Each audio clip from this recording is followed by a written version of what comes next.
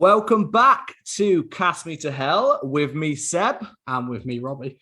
And here we are with our special Halloween end straight from the cinema for me and Robbie. Yeah. And we are joined as well for our Halloween review this week by Discount Podcast's Josh. Hello, Josh. Hi, I didn't know when to jump in there. I am here. Yeah, I'm all right. Good. It's our usual, me and Rob, with our lack of structure there, throwing people off as to how we're doing it this time. I think it's just only ever the same opening lines. After that, it's all just up in After the air, that, it's wherever you want to go with it. You can take it anywhere you want. I like the fact there's a cadence to it, but none of it makes sense. It's very jaunty. It's like, I've heard this song before. Oh, no, I haven't. Don't worry. Yeah, I was going to say, it's always just this. It was always as raw as the day your daddy made you. As I said before, man, raw like Eddie Murphy. In the suit or actually the title of it? Yeah. Chafed is how you describe this podcast. Yeah, absolutely. It wears people down after a while. So Josh, or at Discount Josh, you are from the Discount Podcast. You've just come back. Do you want to tell us about your podcast? Yeah, I can do. I mean, that's probably why I'm here as well. Partly, exactly. But it was more to talk about Halloween because I love it. But yeah, Discount Podcast is a group of 3 people who like video games and are cheap. So we buy each other cheap video games on a random genre. This week we've just done survival horror. So we've been playing things like Phobia, Alan Wake, and Dead Space, which are all great games. Yeah, and then we fight for points. And we're also adding in another podcast where we just talk about games we played each month, expanding to YouTube and Twitch and all sorts of stuff. Basically, if video games are involved, we're there at the moment. That's pretty much what we're doing. Nice. I was going to say, for you, that's pretty much. For Rob, that's pretty much. That sounds like a dream. Yeah, I love video games. Dream podcast. I love video games. I'm a teacher and have no time for a life. You say that one of the people on a podcast is also a teacher. Yes, I was going to say yes. So she is the new Karis is the new partner that's joined in. Yeah, the wife is in there because I'm not allowed anything for myself anymore. That's what marriage is. So all of my interests are now her interests, and she's on the podcast. But yeah, she's in. Paul's gone. We make a joke that he's been banished to the Netherrealm for losing last season. But I just think he was sick and tired of us. But no, he's gone. But Karis is in there, and she's a girl, so a girl gamer, and that's got to get me points somewhere along the lines, hasn't it? Definitely. Yeah, so suddenly people are going to love your podcast. Will she be selling her bathwater at all? She's already been messaged for her socks. Nice. So it's already happened on socials. She's already messaged for someone to buy her socks. So there are a lot of guys out there, a lot of creeps. Okay, you're hitting it off then. Yeah. Your rate's going to go right up. I tried to counter with mine. He wasn't interested, but it's all about marketing. It's all about marketing. Did you send them anyway? I just a lot of pictures. Yeah. I think that was enough for him, to be honest. I oversold. Yeah, shot my load too early. So Josh, for me, is a long-time friend. So Josh is basically from when I don't even know how young we are. We basically went to primary school together, infant school together. We were in reception together. Yeah, of course we were. Yeah, reception and infant school. I'm forgetting my own history. So we've known each other for a long time. We've kind of had a kind of history in terms of horror. And love. History. All of that history. Bit of eroticism. Yeah, Josh is the one that will make Rob jealous. And that's not just my provocative dress, but yeah. I mean, basically, Seb had a small guy with a beard and then traded me in for Rob, who was another small guy with a beard. So it's awkward having the exes in the room. That's all right. We're on good terms. Before I met Charlotte, the first 2 loves of my life. We definitely have an odd history in terms of horror, and I know that So from a young age, I've talked about Josh a few times in the podcast. Yes, before. you have. I have. You have been mentioned. I don't know if in the best light. He might remember things slightly differently than the way I've told. But I definitely remember from a young age you weren't a horror fan. No, horror was not my genre, not at all. I liked a good comedy. I like to feel good about myself, and then life broke you. Well, I think the problem was I was already broken. I was just trying to find some light in it. Yeah, and then Seb drilled whatever was left. Yeah, that's why there's the history. But Seb drilled me. No, but it was like Jeepers Creepers. You've mentioned that on the show. I think that was one of the first ones. I think we were about 9 watching Jeepers Creepers, which is not the right age for a 9-year-old kid. Seb having a great time, me cowering behind a settee, and him laughing at me, thinking that I was the weird one. Yeah, I mean, I feel like I broke a lot of people in to horror, even if they wanted it or not. And I mean, please this be careful with your already language. sounded really rapey. Yes. To us, we've already mentioned Jeepers Creepers, so we're not far off the topic with that either, unfortunately. Oh yeah. Oh, we're in good company. So part of that kind of us being younger, I mean, the bit that I always love to think is that me and Josh made, as I've mentioned before, a Halloween version of Tag, basically. Well, the Halloween H2O version. It was specifically specifically H2O because everyone wanted to be Josh Hartnett, didn't they? Let's be honest. It was So yeah, that was always an interesting part of ours, that we had a whole group of people that just got mad about basically walking around with a limp. That was it. Yeah. Except for one of our friends who already had a limp. Well, he was just fine. Yeah. But he'd never get caught as well. He was always, oh no, you never got me. You're like, God, stop limping away from me. There's always that one kid who plays the game and says, no, you never got me. You didn't get me. Yeah. I was invincible at this time. What? Yeah. That was pretty much it with that. And yeah, we played that a lot around the neighborhoods.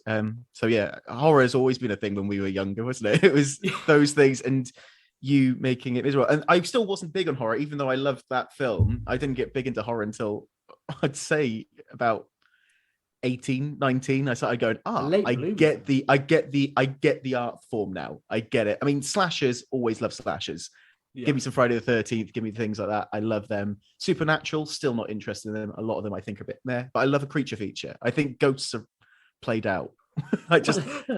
It's just something about it. The second you start seeing them fly, like The Conjuring, I think is a really good film until you start seeing them all being thrown around in that room. And I instantly go, don't care anymore. Move on. Next film, please. Yeah. There's there's a similarity there with my taste as well. Yeah. Like, I'm definitely the one of like you're sometimes more. Yeah, you like some more than me. Whereas for me, certain supernatural ones, like things like I'm not interested in anything that's going just banging noises. Basically, Paranormal Activity. Oh yeah, I had no interest. It's just banging noises. Well, I told you about the not good banging. Yeah.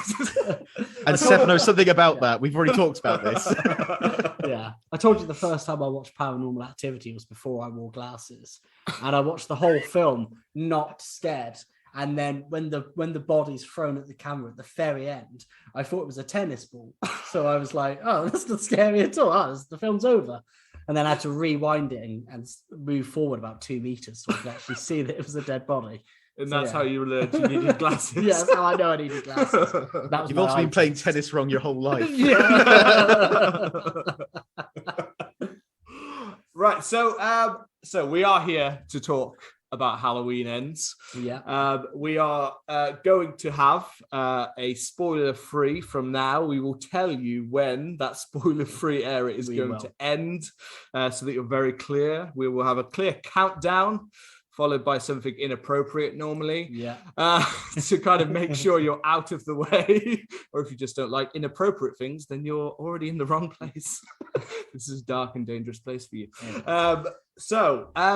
Josh, just to bring back around to that. So what about the Halloween franchise? What's your feelings? What's your thoughts as a whole? Not just the new ones, like as a general. No. I love Halloween. The first film, I think, is a masterpiece.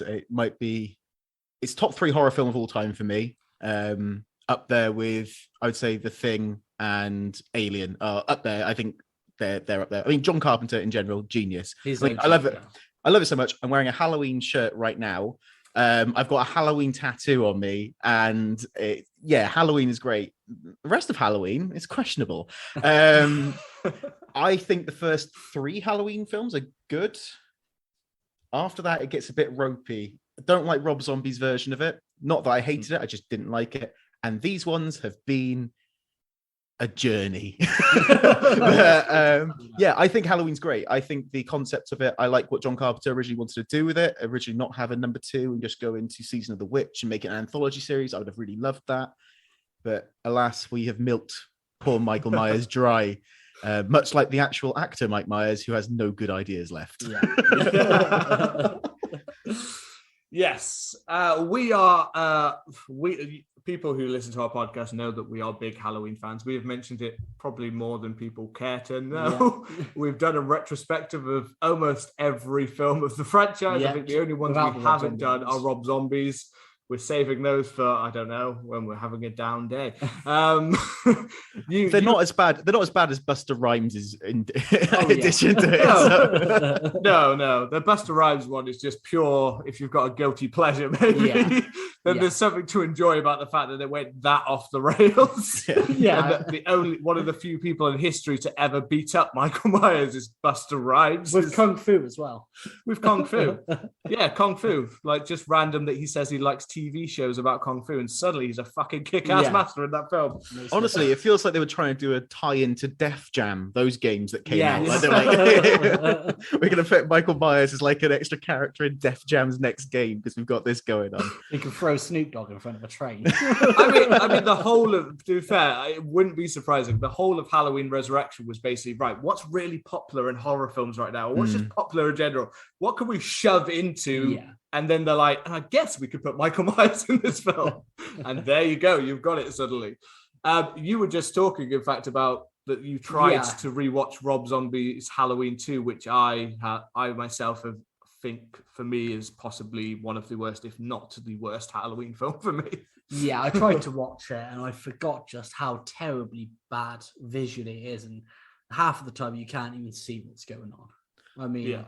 It's all right though. Yeah. It's got the Munsters now. If you want to watch a good, happy Rob Zombie film instead, So if I want to see his wife, I have only seen the trailer for the Munsters, and the trailer was awful. Like it was one of the worst things I've seen, and I was like, I'm not putting myself through the whole film. I don't know. Has anyone seen the Munsters? I was going to watch it today, and then went, no, I've got better things to do with my life, like file my teeth. Honestly, I thought there's got to be something better to do. Yeah, I'm not too bad with the first Halloween Rob Zombies one, depending on, I've talked about that before. I like it, and I like some of the different versions of it. But then again, I'm not as big a Rob Zombie fan. You like some of his films more than I do. I like some of his films, but I don't know why couldn't he have been into Texas Chainsaw Massacre? He'd make a great Texas Chainsaw Massacre film. He loves rednecks and dirty people. It's much more in line with that. It's much more in line with that, but instead he has to like Halloween. So we have to have 2 of his Halloween. So we have to have dirty redneck Halloween. Yeah, we have to have dirty redneck Halloween.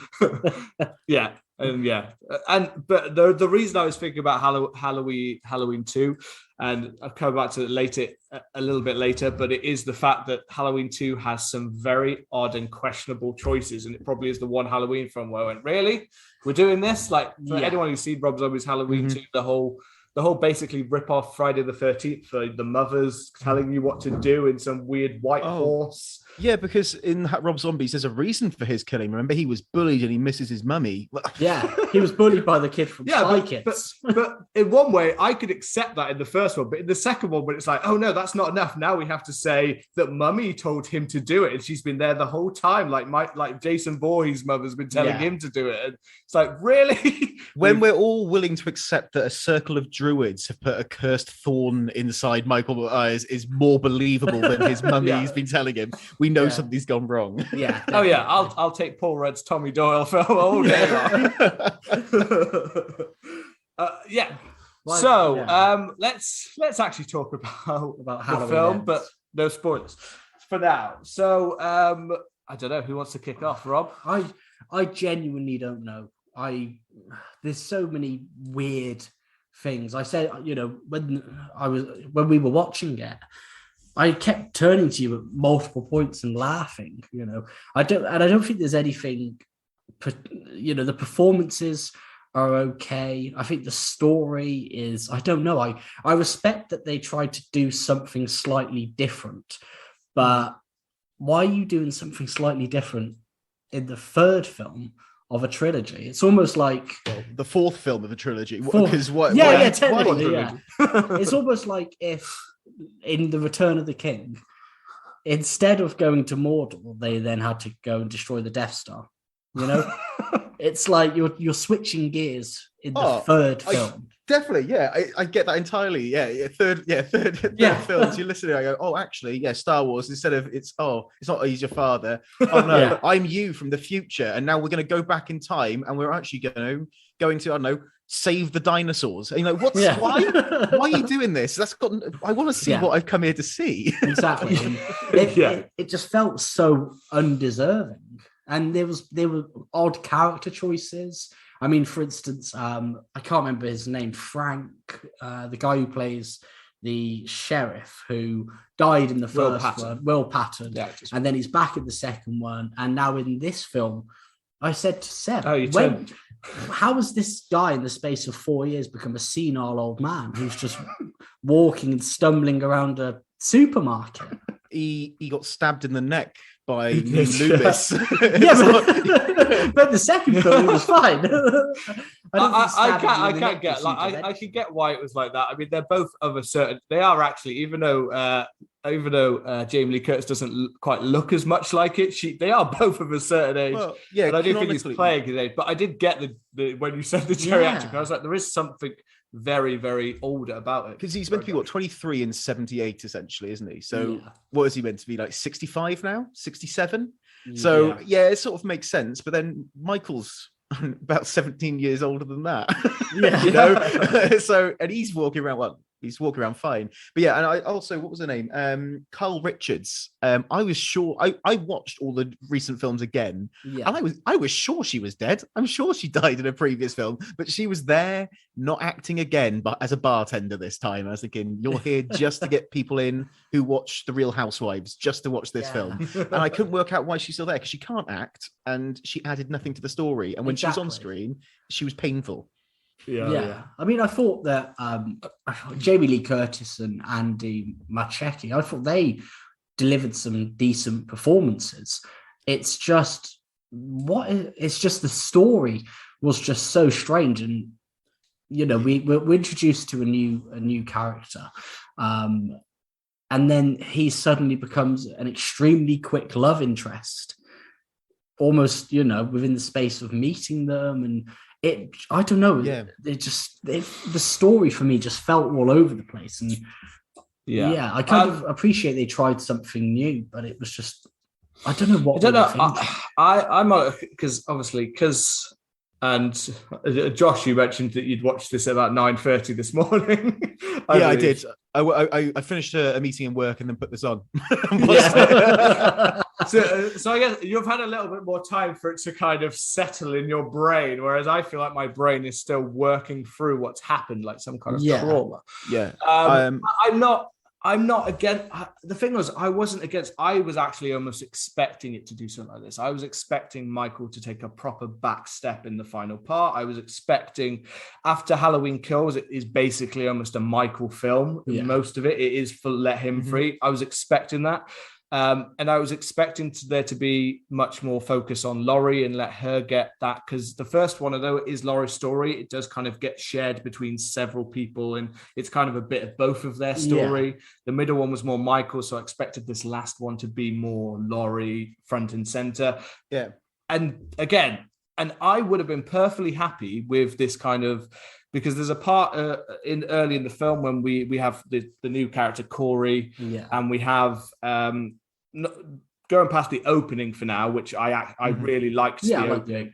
But I was happy with the story the way it was, of this guy who's in this kind of horrible like situation that he's been in for years, and I liked that part of it. Yeah, and I actually was enjoying it, and I enjoyed the idea that Laurie might try to be the protector of this after everything that's happened. but then it takes this big left turn with his story. Yeah. And I had no problem with actually it going if it had been the Corey character who was just making that choice. But instead, they make this odd decision that involves Michael Myers, and it just all from after that point, there was something where it was just like, this is a slasher film, but it's quite a dull slasher film. Yeah. I wouldn't even give it the accolade of a slasher film. It didn't have enough going on to be classed as a slasher film. This almost wanted to be a psychological thriller that didn't quite do it. I don't know if this, I'm going to say this, I don't think it's spoilery, but obviously the opening intro, the color on the screen when they're doing the title cards were blue instead of orange, which is an homage obviously to Season of the Witch. Yeah. As soon as that happens, you go, this is not going to be your normal Michael Myers Halloween slasher. They've clearly decided this is not the way. And I saw that and went, right, at least I know where I'm going for this. If you've just come into this blind, you're going to have no idea and be horribly disappointed. Even with that, I think I was disappointed with how this has worked out. It's how I expected to go. Same. But I was disappointed, and that isn't shocking because it sounds awful. It's the Halloween franchise, and this is the 4th film in one of their orders, and it's going to shit the bed in some way. And it just felt unfulfilling, I think, is how I felt at the end. I felt unsatisfied. I wanted more out of it. I could see that they were making different decisions, but I would have been happier if Michael Myers had not been in this film. Which is a weird thing to say. If they'd done a full-on Season of the Witch and just gone, you know what, it's still got the characters, but actually we're done with this, and this is the it is a fit. So I mean, though it's spoiler-free, Halloween and Halloween Kills had the one thing I liked the idea that the community and the trauma that was left, and I really liked those themes that are running through all parts of this. So I would have been quite happy, oddly enough, with the way that the trauma that had been set on the town led someone to do more horrific acts, and it involved Laurie, and that's how they come to that conclusion. I would have been happy with that film. I also would have been happy with that film even if Michael was somewhat in it actually, but still sidelined. But that's not quite the film we get. And I feel like they were so, if they'd moved a few things around, they actually could have had a really good film. Kind of mixing both of those points together, because as you mentioned, Josh, it kind of felt unfulfilling and undeserved. What I think would have worked better is once the killing starts in this film, if you put that at the end of Halloween Kills, instead of that weird montage where he's killing the mob and disappears. If you put that film and then the final battle with Laurie as the end of Halloween Kills, and then had this film as its own film, I think it would have been stronger. But it's just, by the time we got to the end, I kind of thought, is this it? Yeah. I very much came out going, is this it? Why is this it? I was just curious. Have either of you, I know they released for Halloween Kills, they did an alternative ending. Yes. I know a lot of people liked it. I haven't seen the alternative ending, but they went, oh, it's not going to be canon because we can't do it for the next film. Yeah. And part of me was thinking, well, from what I understand of it, it would have made it a better next film. Yes. So do you know what happens in the end of that kind of part? No, I don't. And that's the thing. I've overheard bits of it. I wanted to watch it today, but I couldn't find I couldn't find it anywhere. Do you want me to reveal? Yeah, there's not much to. There's not much to that. There's not much that really changes, is there? Really, it's what I remember of it, because I have watched it. Effectively, the same thing happens where spoilers for a film that is over a year old that we've already covered, but where Karen is killed. Yeah, and then that still applies. Laurie is on the phone to Karen. It still has that same shot of Michael staring at his reflection as if, and it still has the same speech of that there's something in that, and the idea that because the whole Halloween Kills has this running thing of the fact that he's looking in his reflection, which you could do in any window. Yeah, he's looking at that. Yeah, but for some reason it has to be the Myers house, which again, that is completely lost in this film. Apparently, that doesn't matter anymore.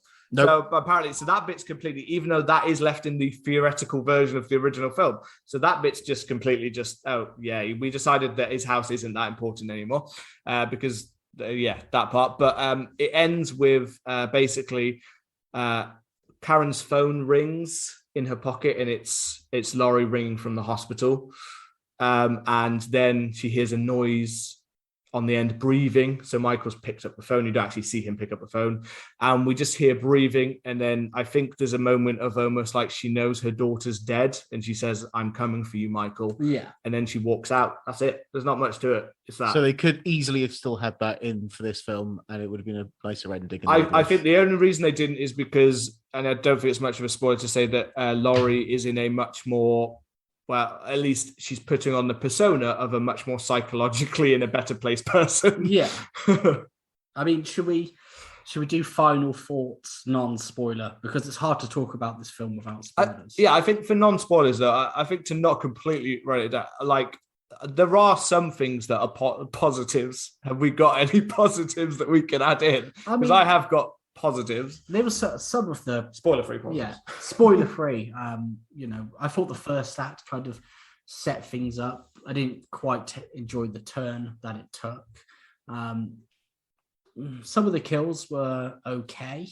I don't think they seemed a bit toned down even compared to Halloween 2018. And I think some of the performances were, particularly from Jamie Lee Curtis and Andy Mataki. I thought they were strong. For me, it was just the story wasn't there for me.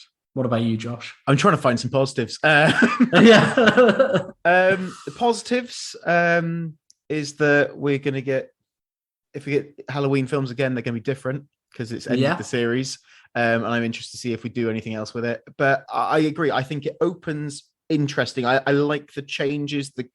I like the social interactions that happen between Laurie and the rest of the community to sort of show, I suppose, the mental anguish that people go through in a collective. I think they capture that really well. And there's bits that you wouldn't necessarily think of, which I think is a great aspect to this film, is the idea that we're all focused on Laurie, but actually this is a massive tapestry. This is weaved and everyone is affected in some way. I think they do that really well. But most of that's where it starts, isn't it? And that's where I stop. And that's where I stop with my positives. Yeah. Not that it's a bad film, but I came out disappointed. One thing I did actually really like. Sorry to cut in. But it's kind of going on Josh's point there is after we get that strange supermarket scene, which does feel a bit surreal, we see one of the survivors of Halloween Kills. And we see her sister, and Laurie's confronted with kind of the responsibility or the outcome of that. And I thought that was a really good scene. And after that, I was like, oh shit, what are we in for? So I don't think it's not a film completely without its merits. Yeah. And I like that they did try to bring something to each different film. It just didn't work for me. No. Yeah. I mean, I definitely I loved the opening of the film. I thought that was quite strong, quite suspenseful. So the opening scene is definitely interesting. I loved that whole, even just the season of the witch being the title as well. I gave you a little note like that's great. I like that.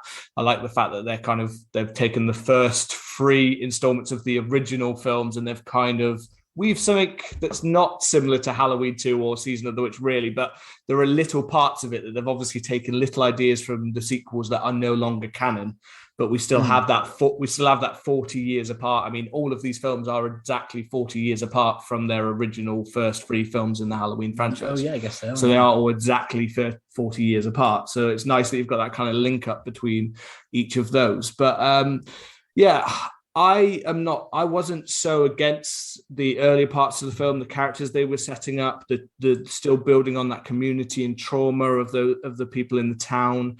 And I think I was quite happy with that. But again, it takes a turn and I feel like a lot of those themes suddenly just fall to the wayside. And then it's like it's one of the things I really liked about the first 2 in this franchise was the fact that I could always see that there was some kind of theme that they were really going for. And I really liked that part of it. Because even with Halloween Kills, I know some people aren't big fans, but for the most part, I find it an extremely fun film to watch. And I do think some of the themes hit, some of them, not completely.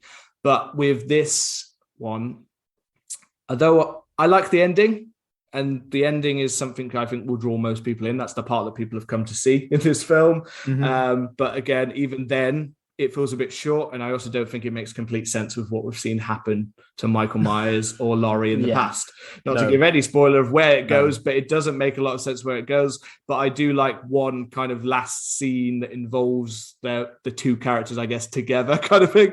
And to put it like that for now, I do like that kind of part of it. But yeah, so it's a mixed bag. It is a mixed bag. It's also I don't know if people are aware. I think this is the longest running of the 3 new films by a fair bit as well, because this almost hits 2 hours. This one, I think, was 151 minutes. Yeah, an hour and 51. And the others, I think, are about an hour and 5 and 105. Sorry, and I think the other one is shorter than that. Again, I think that's in the 90 minutes mark. But 106. So this one's about five minutes longer, but it feels longer, and it feels almost like 2 separate films. It feels like they wanted to do more, and I think that's where they fall apart in this. Spoiler free, they fall apart by trying to put too much into the short amount of time that they've got there, when they could have made this into maybe 2 good films, or taken some of the ideas into the other films and make them slightly longer. But a slasher theoretically should only be an hour and 40 minutes at most. Well, it's all right if you're going for elevated, I guess. Elevated. Which is odd, because this film at times feels like as if it was trying to be like, let's try and be a little bit of that, but it doesn't work. No. If you're not going to be consistent with certain things. Right. Okay. I think it's time. I think we've talked as much as we can without spoilers. It's hard to tiptoe around this film without you need to get into them. So let's do a little countdown. 5, 4, 3, 2, 1. We see 2 dongs in this film. There's 2 dongs. There's not just Michael's dong. There's a new dong. There's an apprentice dong. There's an apprentice dong. Michael Myers has now become a Sith Lord who lives in a sewer. He's just claimed onto the government benefits. That's what it is. He's trying to get in for like an apprentice worker. He's like, I'll get some cash back from this. My tax for bringing this guy in. I don't know. Okay, let's hit. We'll use some of the structure of the film to help. So let's go with one of the things that I think was a positive to start with, and I think for me anyway, I think the opening of this film with Corey is one of the better scenes in the film. No, I agree with you on that. I think when it opened and kind of we had a little, obviously we've got the homage to Season of the Witch, but then we had the Thing in there. Oh, I love the Thing being in there. Awesome, I was like, oh great, we're back. There's also it's an homage to the first one, but also another John Carpenter. It's like there's double John Carpenter in this nod here. I love that. There's quite a lot of John Carpenter nods throughout this film, and not just to Halloween, but for general parts of his catalogue that you get in certain parts of the film. We have obviously the Thing bit is great because they're basically sat in the similar positions and everything of the original film, but with the 1950s thing instead. And there's also the radio station DJ is very similar to the Fog. In that kind of position later on in the film. There are other ones that they're kind of, some of them I'm blanking on in my head, but I remember sitting there going, oh yeah, that's nice. There are several, obviously later in the film, obviously when Laurie is down, the final part in the house does have loads of little like winks to the original, including her clothing and everything. There was that. But I'm trying to think if the car that the high school band were driving, I'm trying to think if that was Christine or not. I have heard, I think I did hear something about a wink to Christine, so that might make sense. I was looking for that one. It might have been. Yeah, it was. Supermarket, they'd redone the supermarket music to be Don't Fear the Reaper. I don't know if you noticed that as well. I was like, that was really nice in there. I was like, it's nice subtle that we've gone back to. There's lots of bits in there that they've gone, we're going to do it. And you go, oh, cool.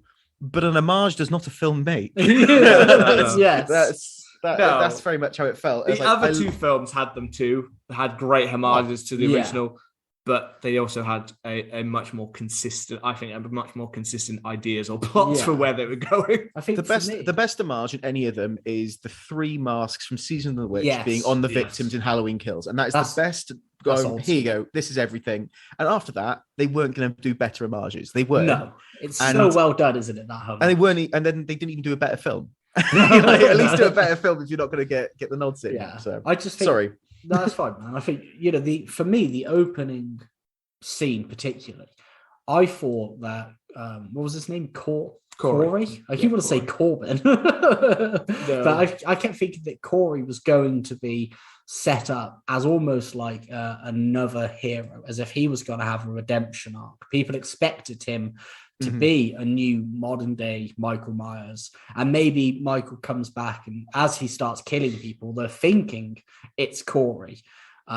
Instead, we very much get, Anakin finding Palpatine fighting Mace Windu and saying, becoming Darth Vader almost. Yeah, you're going heavy on the Star Wars. I've gone heavy on the Star Wars. Josh, I believe, is not a Star Wars fan. I'm not a Star Wars fan. That's fine, man. I love sci-fi. I love westerns. I watch a sci-fi or I'll watch a western. I don't watch a sci-fi western with terrible dialogue. There you go. That's my opinion. That's my opinion. Yeah, I don't know why I'm being so heavy on them. Maybe it's because I guess it's that link between the good and evil of Anakin and all that kind of thing that you're seeing in this film. I think it's not good that you're thinking about the sequels of Star Wars. No, but no, I think it's fair because I think Star Wars is very clear, good versus bad. They make it quite a clear divide, and I always felt that Michael was meant to be this ambiguous. Why is he this grey area? Is there something else there? Why is he acting this way? Is anyone going? Here they go. Nope. Good, bad, green. Like there's no ambiguity here. No. It's very much clear divides again. You don't have that sort of blurring of where people are, which is a shame. No, there is none of that. It is very much with Michael in this film. We have a clear point where it just seems like you're questioning everything that they've laid the groundwork for before it, and suddenly it's like you're going against your own ideas. Yeah, you wrote these last two films or the original films.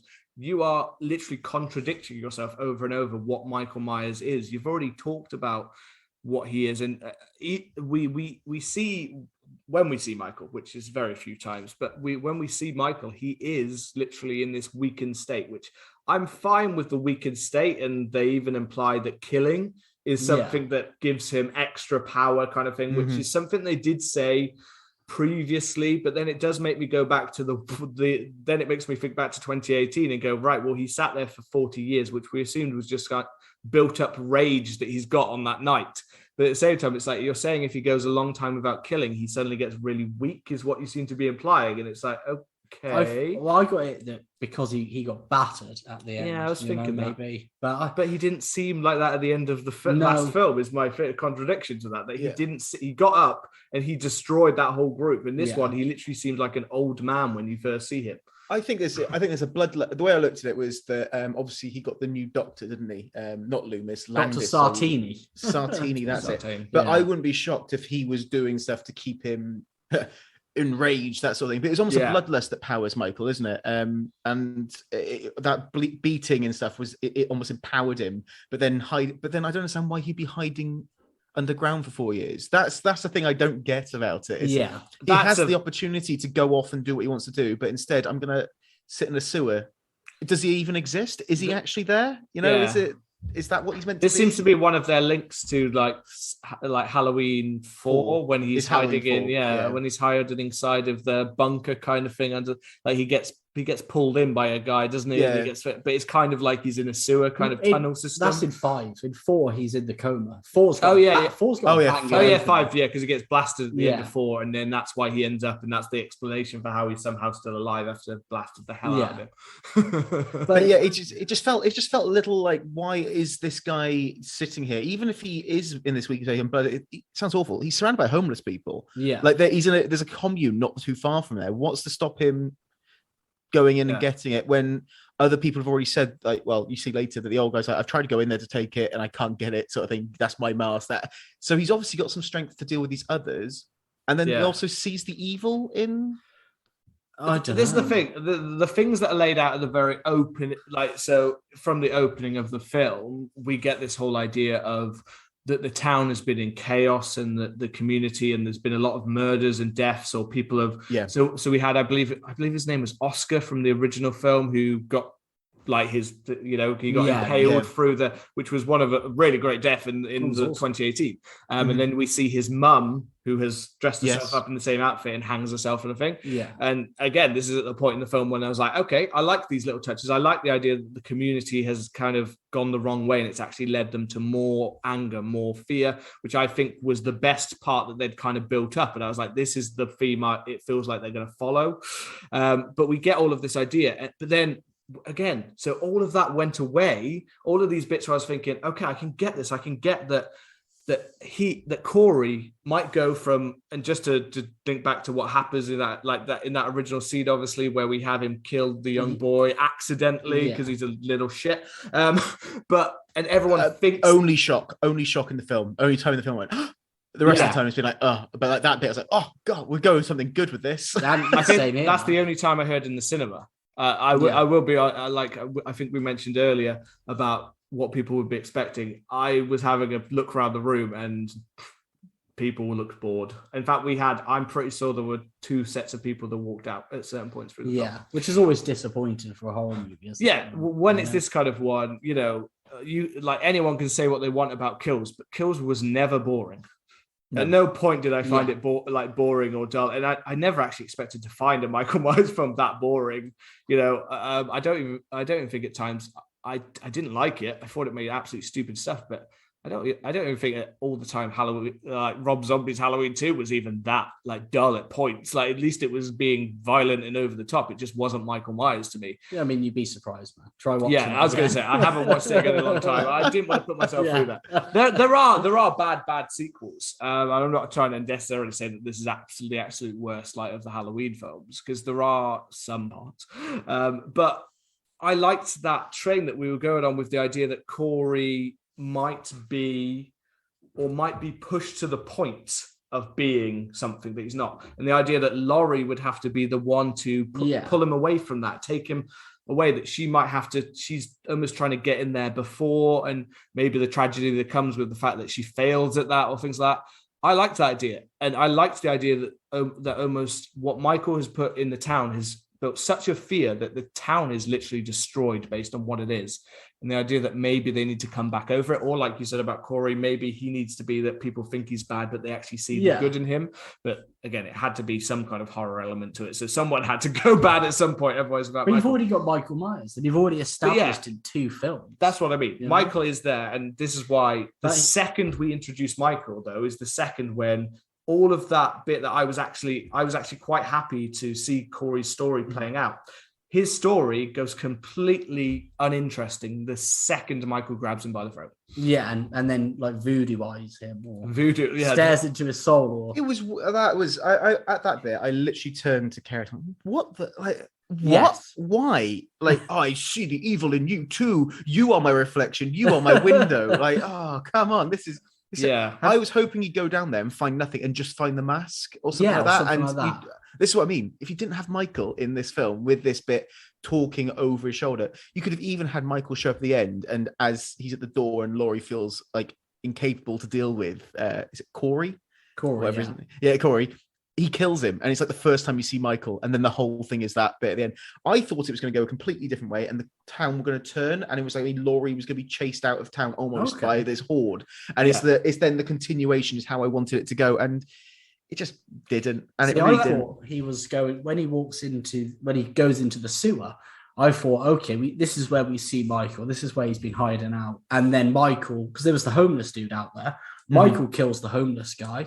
They assume that it's Corey, and then all the killings happen. They assume it's Corey, but it's Michael, and then he comes at the end. Wouldn't that be much better? That'd be much better again. I literally did. I was playing with the same thing in my head. I was literally going, I would have been happy actually if Michael grabs him. One thing we know that does suddenly make Michael jolt out of place that Corey could have got away is by pulling his mask off. Mm-hmm. So the idea that he gets suddenly spooked, he sees Michael, he sees how dominant Michael is in some way or something like that, but he pulls his mask off and he manages to spook him for long enough that he actually runs out and he's still got the mask on him. And therefore, he has the mask, he has the, and we could have a copycat on our hands or things like that. But we've already established Michael is there, but we've also established that Michael is not quite the strong Michael that he was before, that he's correct. I would have been happy with that. We've established Michael is alive. Michael's somewhere. That's fine. We don't need to come back to Michael. And like you just said, if Michael had then suddenly shown up at that end bit when Corey was being a dickhead and just literally violently murdered Corey and gone like, hello. But instead, still they have, let's go, best friend doctor killing. And they like look at each other through the window like, loving you. Like, what are you doing?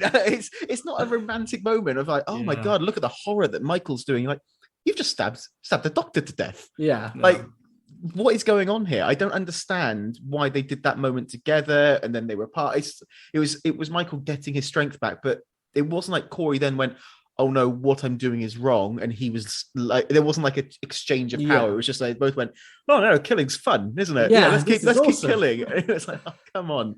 It was I just would have had no, like, it's just one of those things where, and it's also just a sudden reason to make Corey a killer instead of, if they'd continued to play the story as it was already going, there could have been actually an interesting reason for why. He's already got all of the setups for a standard killer anyway, with his overbearing mother and every trope that you could assume is going to be. I mean, his mother, that's one thing I have to touch on, is something that I thought that actress's performance was awful. It was awful. It was so over the top. It just threw me. Every time she was on the screen, I was thrown out. I was like, what? It reminded me of George Costanza's mum. I don't know if that makes sense. Estelle? Estelle, yeah. Estelle. Frank! Yeah, it was just that overbearing. kind of over the top. In a comedy, that's fine. It felt like, again, it's funny that you mentioned like Rob Zombie's thing, but like they would have been more at home, the grotesque parents, in a Rob Zombie version of this again, where he's got these awful parents of someone else pushing it in, and they were like caricatures, which is what they've moved away from, I felt, in it. That's one thing and this isn't just with them, this is one other thing that really disappointed me, is because I thought one thing, especially that David Gordon Green, being, as I believe most of the time, a very good actually director, most of the stuff I've seen, I'm very happy with most of the stuff he's done. I think the visual style, the fact that we got a director like David Gordon Green to even make Halloween films, I thought was quite a surprise in the first place. Pineapple Express to this, obviously. That's the logical move. That's the logical way to go. But to have those kind of, I mean, to be fair, before he did that, he did things like Stronger, the Jake Gyllenhaal, Boston Marathon, and Joe as well, didn't he? With Nicolas Cage, which feels a bit more in keeping with where this went. See, I was only familiar with Pineapple Express, and when Halloween 2018 came out, and I heard Danny McBride was writing, I was really thinking, okay, this is not going to be good at all. Is Danny McBride attached to these other two? Yeah. He wrote. He was the writer on all three of them. Actually, I know. So I knew he was the first one. This one had more writers than any of the other films. This had 4 writers, which to me was another bad signal, because I was like, when you've got 2 writers, it's all right. When you've got 4, that means someone's come in because they're like, we don't know what the fuck we're doing anymore. It becomes a Mad Lib. Like, you write this scene, I'll write this scene, you write this scene, and then just by the end of it, you go, oh, what film have we got here? We've got 2 different films, which is what we had. And this is what I heard is, originally they were planning on filming kills and ends back to back. Yeah, they were. And then COVID disrupted it. So I feel like they probably came up with originally a very similar film to Kills. However, lots of people didn't really like Kills. Like we really enjoyed it, but a lot of people didn't really like Kills. So I think they went, okay, let's try something completely out there. Let's try and throw some subversion. Let's throw something weird out there. People will love it. And they came up with something which is so disjointed to me. I'm sure there's somewhere between that. I do know that they always said when they said before they'd even made Kills, they said that the second and the third would be very different films. They'd always said they'd be very different films. But I also can't deny that if they saw a certain reaction, that they might have bulked a little bit while making the other one and gone, oh, maybe we should try this. And therefore, instead of making the film that they were planning on making, subverting completely, they decided to be like, oh, maybe we need to make, or maybe Michael was in it way less than they said. Because I do remember early on someone saying that they'd read a script for Halloween Ends and that Michael is literally in the end of the film. So that's the part that made me wonder, did they bulk and go, oh no, we need to add him. We need to give him more of a reason to be in this film. I stand by. It would have been better if he was just in the end of the film. And there's this homage that he could be there. And I love that he still builds the shape and I love those bits, but it's just, it's just have these nods. Like, is that him? Is that the other guy? Where are we? He could even have a shadow behind him where you go, wait a minute, is he helping him? But we know that he's not. Why would he be helping this kid? You just make it a bit more subtle rather than going, hey guys, this is what's happening. It felt too on the nose.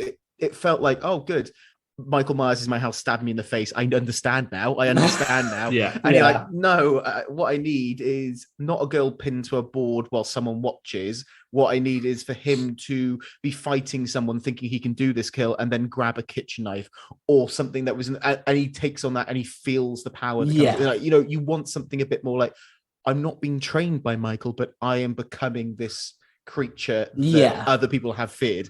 I'm losing myself.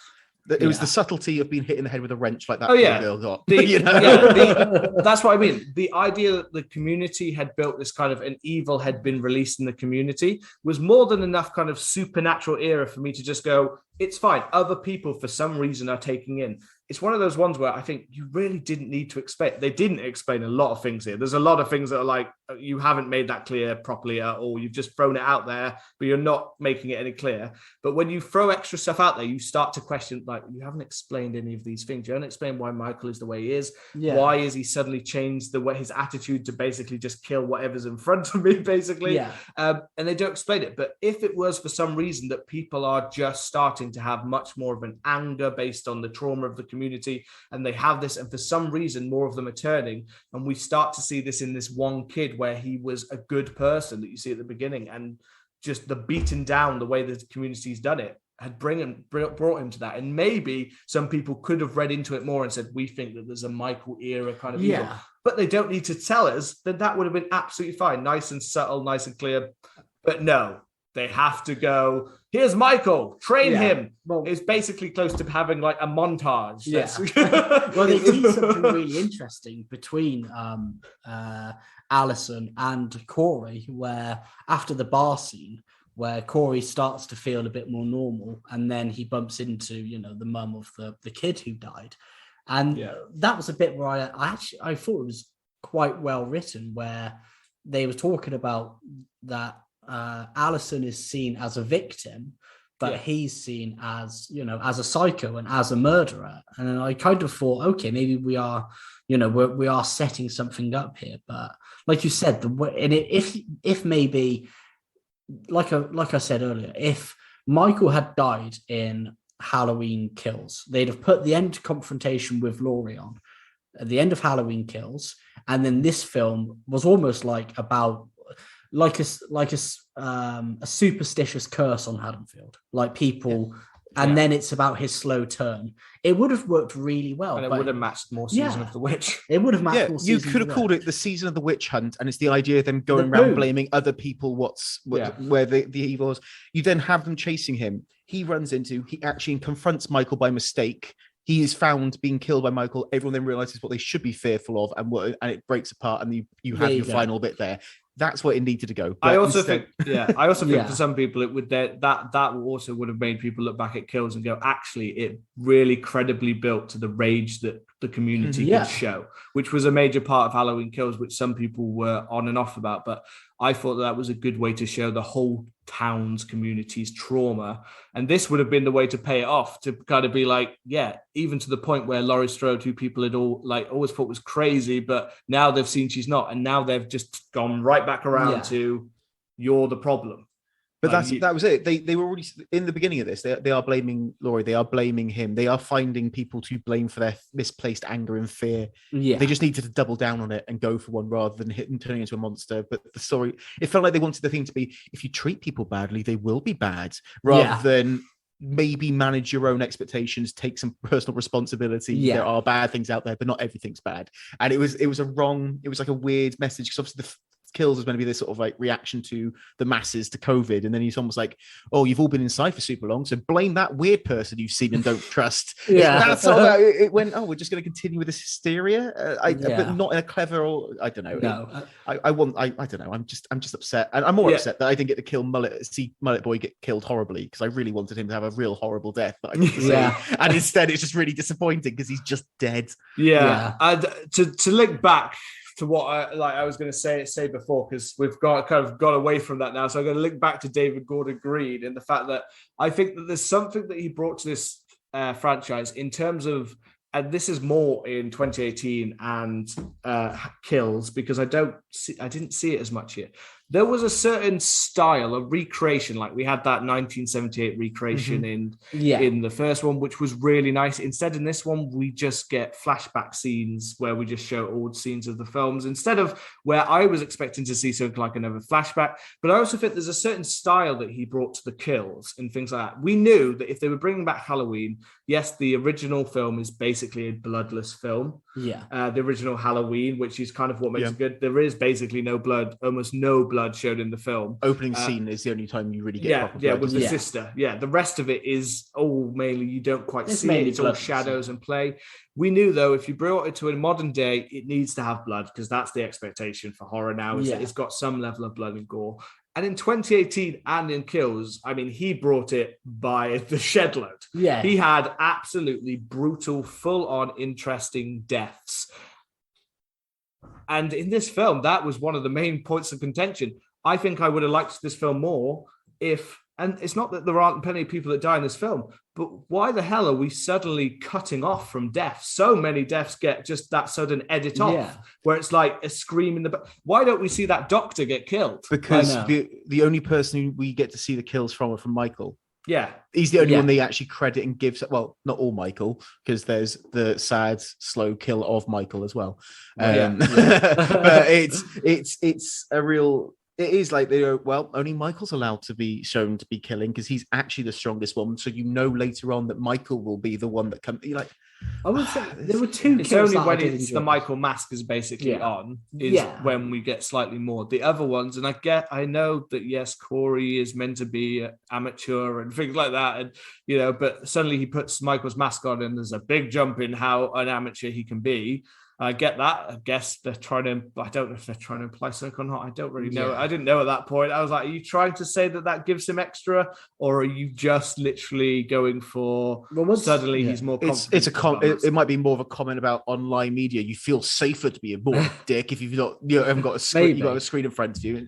It felt like they were trying to be like allegorical about everything. Like, this is a warning. This is a warning. And like, and he just felt focused. It was, and he felt like he was, Spider-Man 3ing around the place, like he's got venom in him. Like suddenly, like let's put some like cheesy music on. I'm riding a motorbike now. I'm super cool. You're like, because you're killing? I don't get it. So there was one scene where after the doctor and the nurse got killed, where they're driving away, where Corey and Andy are driving away on the motorbike. And I thought that Michael and Corey were driving away on the motorbike. Almost like mannequin. It cuts straight to it because it cuts straight to Michael and Corey together, and then suddenly it's this wide shot, so you can't quite see at first who's there. It's as if Michael was riding behind with his arms around Corey, like now we're together. Like I will say going into that Kanye West music video with him and Kim K, like riding around. I will say the two kills that I did enjoy were I liked the kill with the blowtorch. I would have liked to have seen it. That was a cool kill. It was good. I like that bit. And I did like the DJ getting his head caved off and his tongue cut with the tongue cut off. I like that. That was good. So the two actual kills we really got to see. That's what. This is what I mean though. Like at the end of the day, it is this weird mix between. So were you trying to do something that was more like kind of thematic and more going with like that kind of story? Are you trying to make a little bit more of a thriller and less of a slasher film?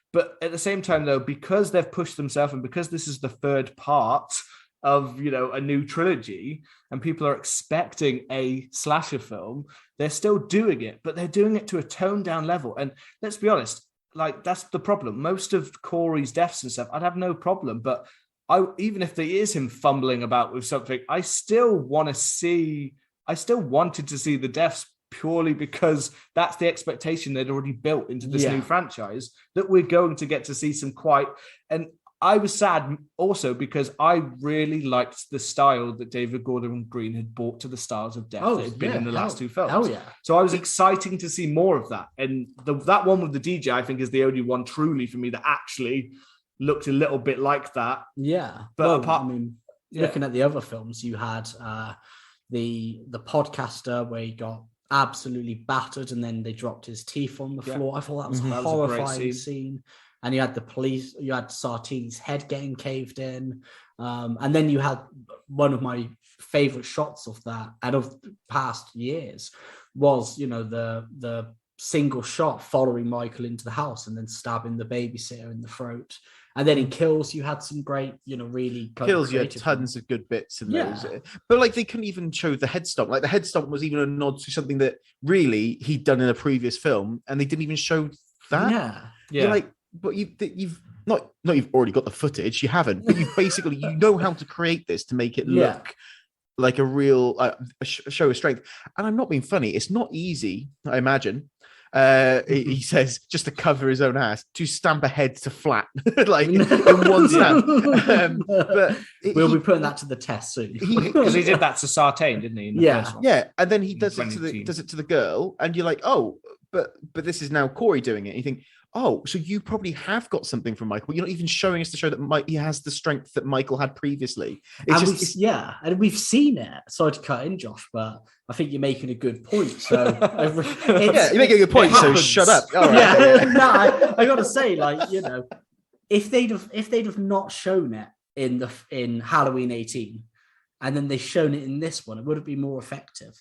But when you show it and then you try and do it off screen, not really revealing it, it's backwards. And this leads me to my second part about David Gordon Green, and my most disappointing part here is one thing I thought that the end is definitely part. Yeah. But with the things that are consistent through the other parts of this new trilogy, is the fact that I think that in a short amount of time, David Gordon Green, being quite a character-based kind of director, actually did a really good job of bringing in characters for a short amount of time and actually making you care about them in previous installments. Yeah. Little scenes, like for instance, some people didn't like it, but in Halloween Kills, Big John and Little John, they're only in two actions. I love them. I loved them. They were interested, they were funny, they actually made you care.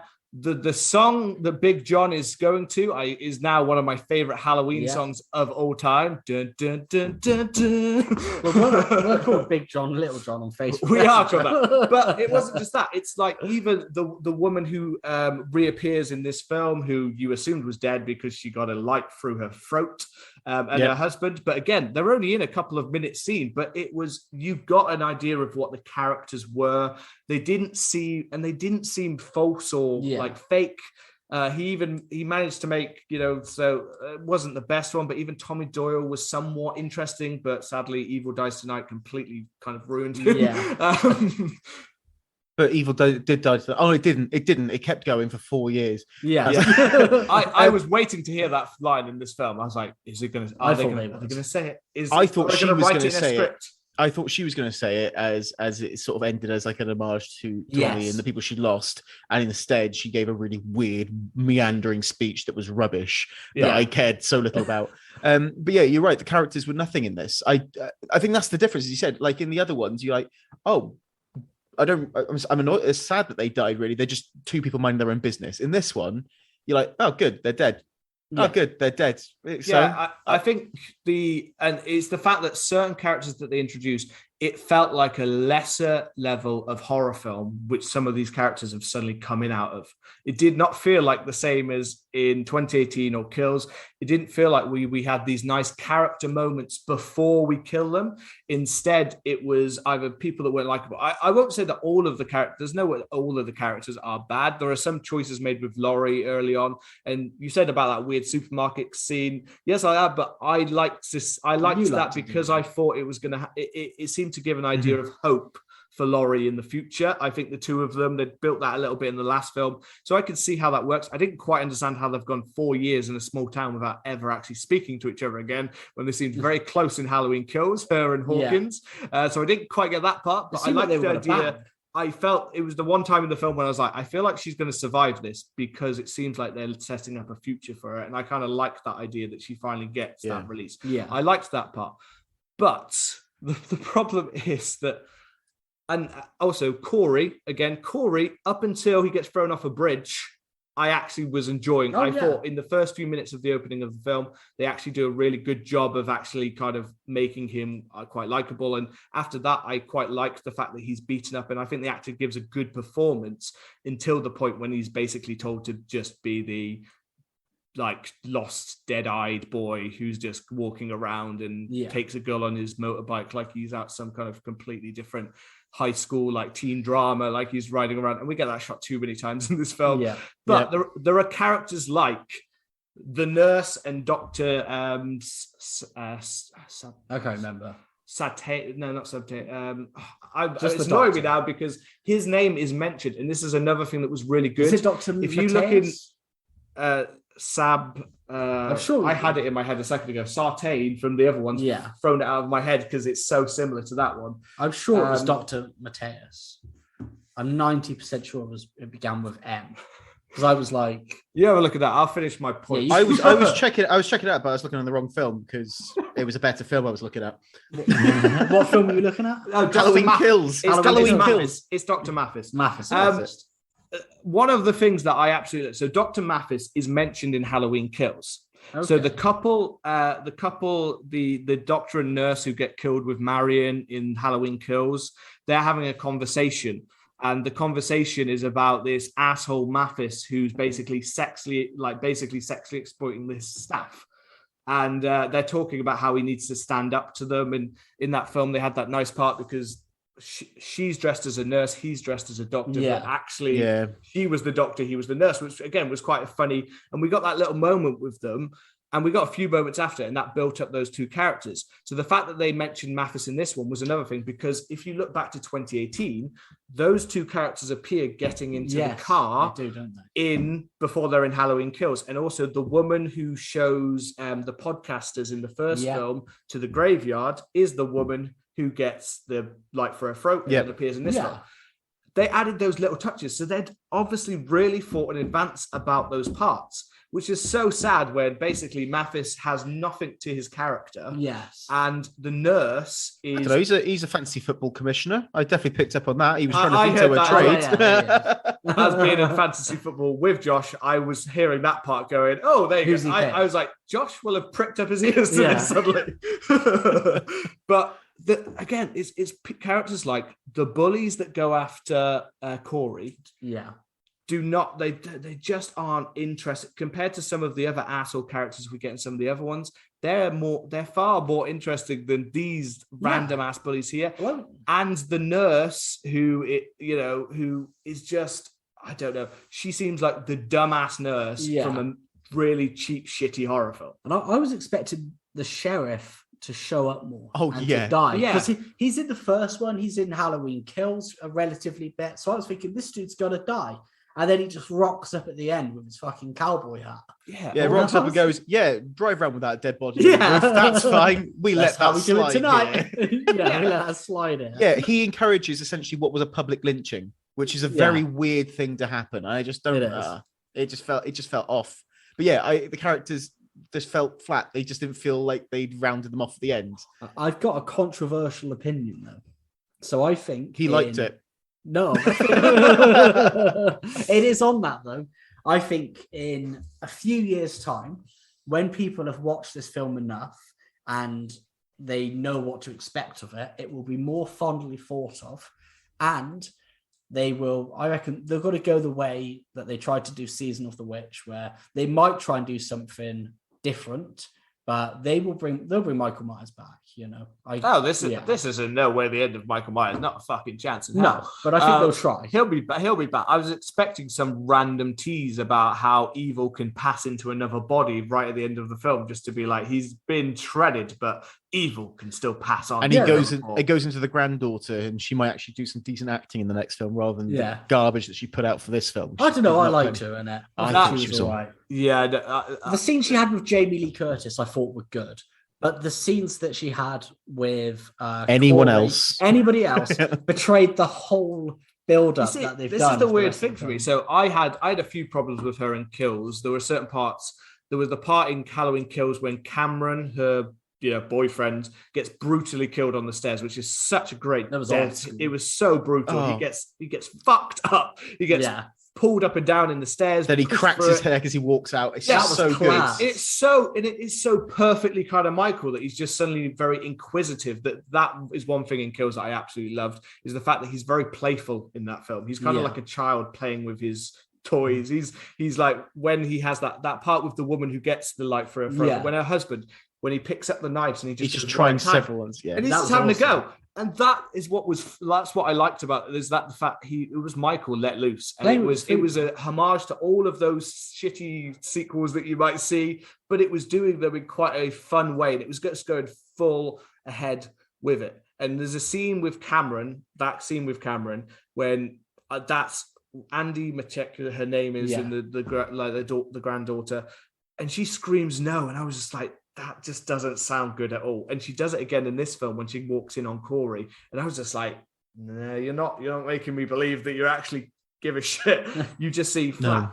But again, this is why I think the film completely falls apart the second that Corey goes into that bloody tunnel, because up until that point, her as the nurse in a much more kind of subdued kind of role where she doesn't have to shout and scream. It's those parts when I think she's not, just can't pull it off.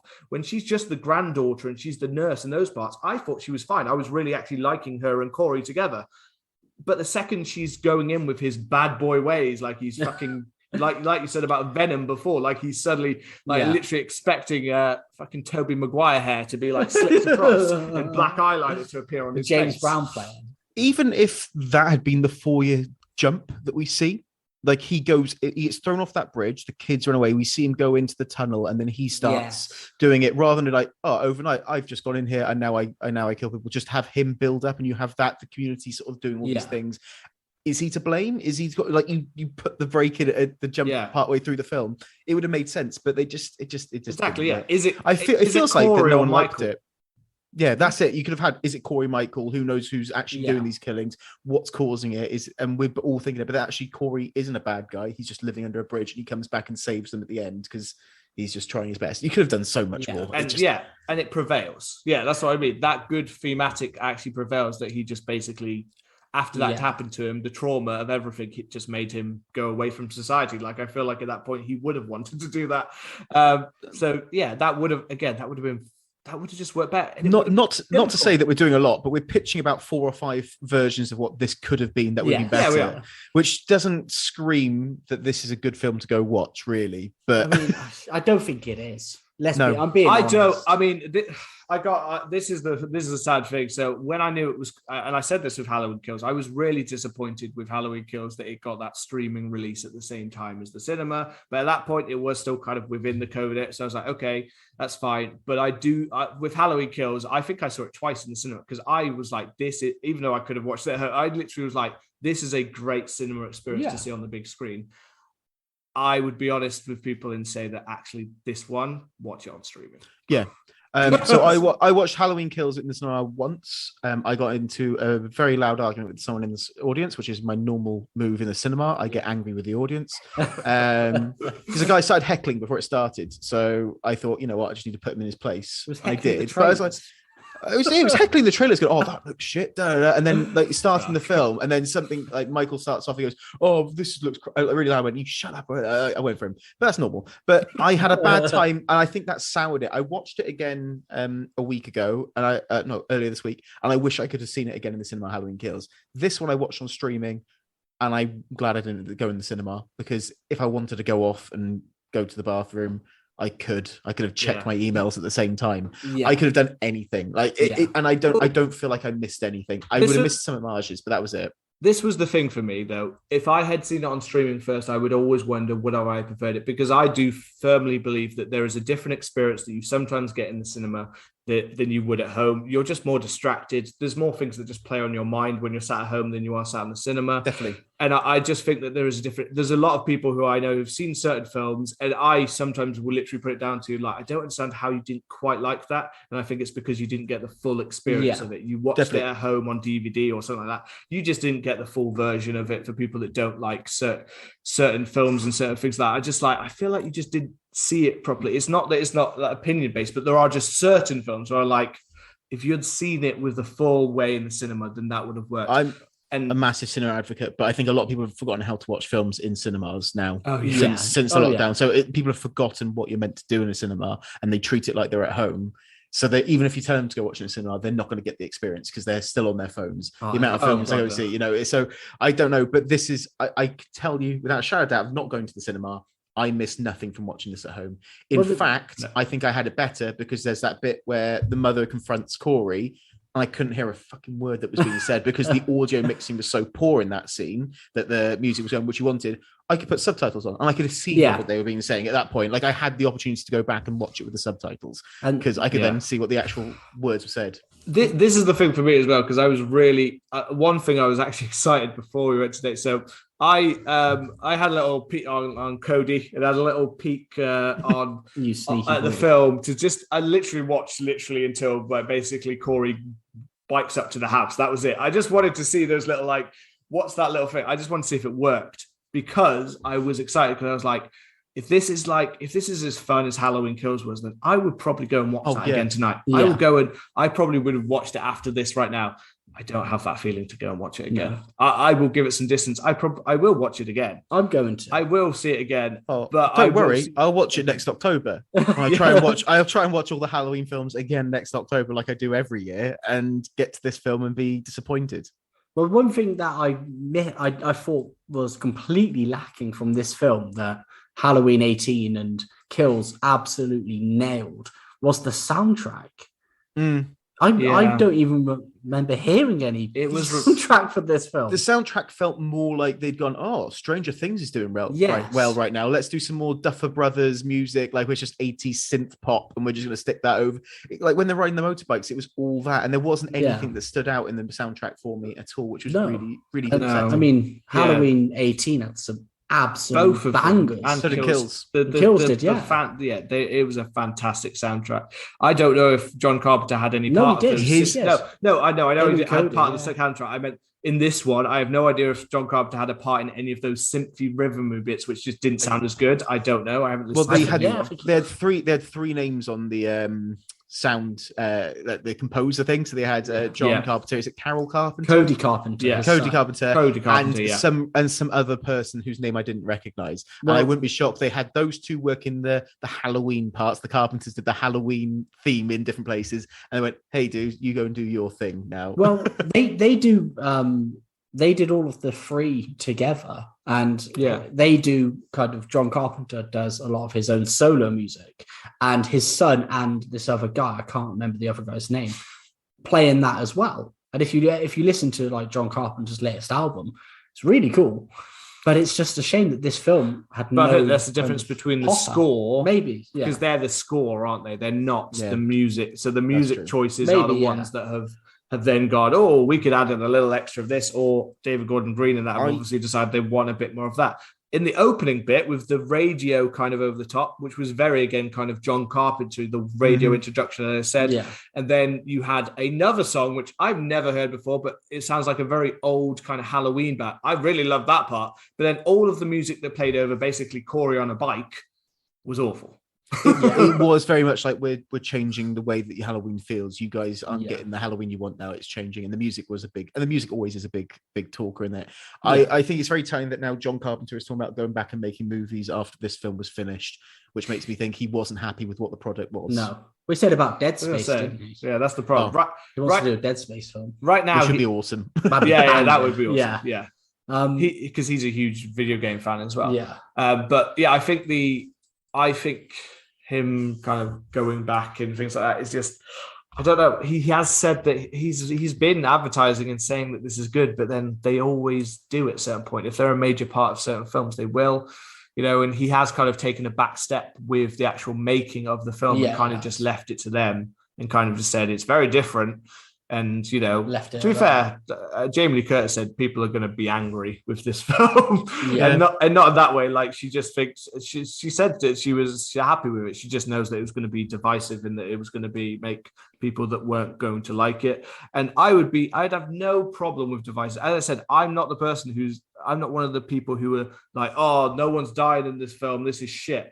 It's not that. It's just the fact that I would have been quite happy to watch Corey's tale play out and none of Michael, like we've said. Yes. I would have been fine with that film. I could have accepted that, and I think it would have worked fine with the themes that we've got. Hell, do it that way, and then do a Michael film for the next film. Just do it literally Season of the Witch, and then do it like a full film, and just keep going with it. And I would have been happy. Well, I think there's one thing that we need to touch on, and that is the actual main fight between Laurie and Michael. How it ends. Which, I mean, that all of the trailers basically They gave a lot of that away. Gave a lot of that away and showed it. And so the scene where Corey came in, obviously cosplaying as Michael and then got shot.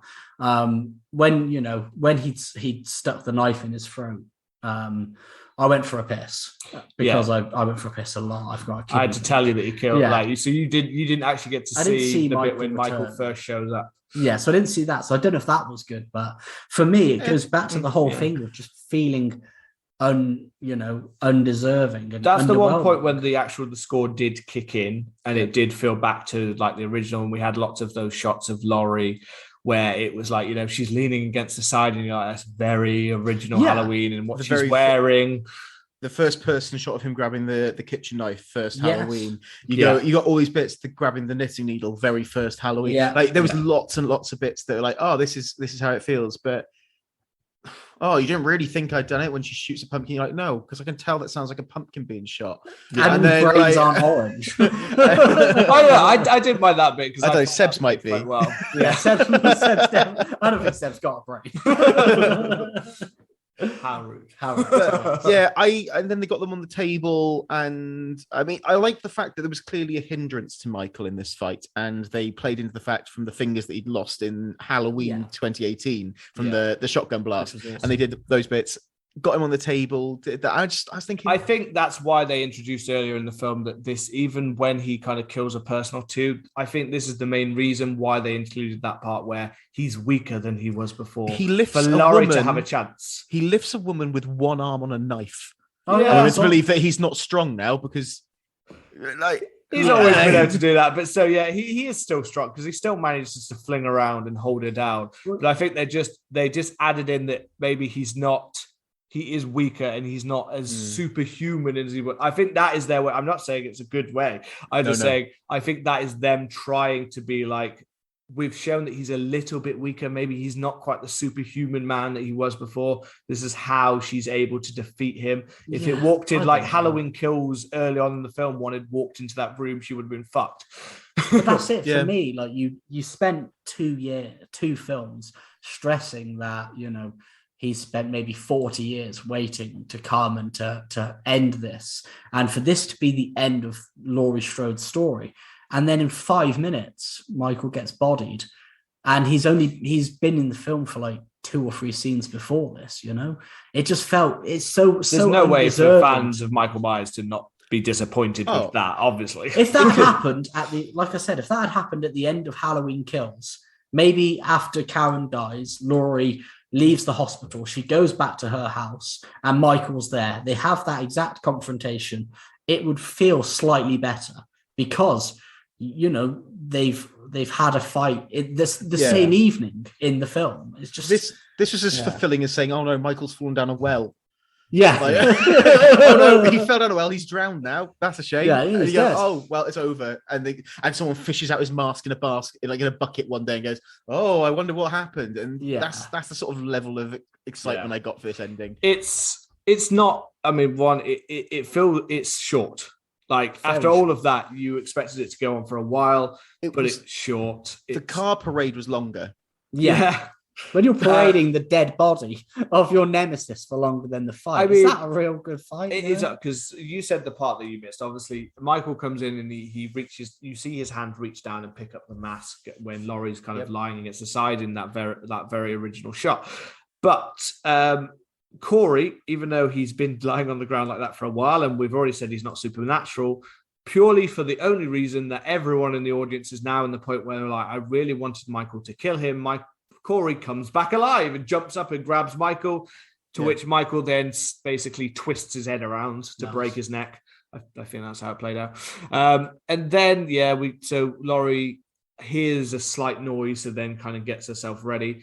To go with the positives of what we do get, there are a few parts that are quite where I saw a fair few people that were kind of like, oh shit, like a few hits that they get into each other, like the knitting needle into her ear/face was quite I kind of like the fact he's got her back with that needle kind of thing, and like some of those parts when her hand goes into the drainage system, but she waste managed system. to pull out. Yeah, she managed to get the waste disposal. Just that there was was there was a little part of me that was actually kind of hoping that she was going to lose like a finger or something in that scene, just to be like a bit of damage. Yeah, lose two fingers and almost mirroring Michael. You go, oh right, I know you're really hammering this home, but I get what you've done with this. They are intertwined forever, these two bodies, but not even. Yeah, they didn't do that. This is a really weird reference, but it reminded me of in Family Guy where Peter fights the chicken. And there's almost no build up to it for the whole episode, and they just see each other and start fighting. Yeah, that's not fair. Those normally last for about 15 minutes. Yeah, that is. They're definitely longer with this. But yeah, I mean, it was underwhelming. We get the fact that she's going to it, and you are wondering because in the previous one she did say that maybe the only way for him to die is for us to die to get, if he's not going to stop until she's gone as well.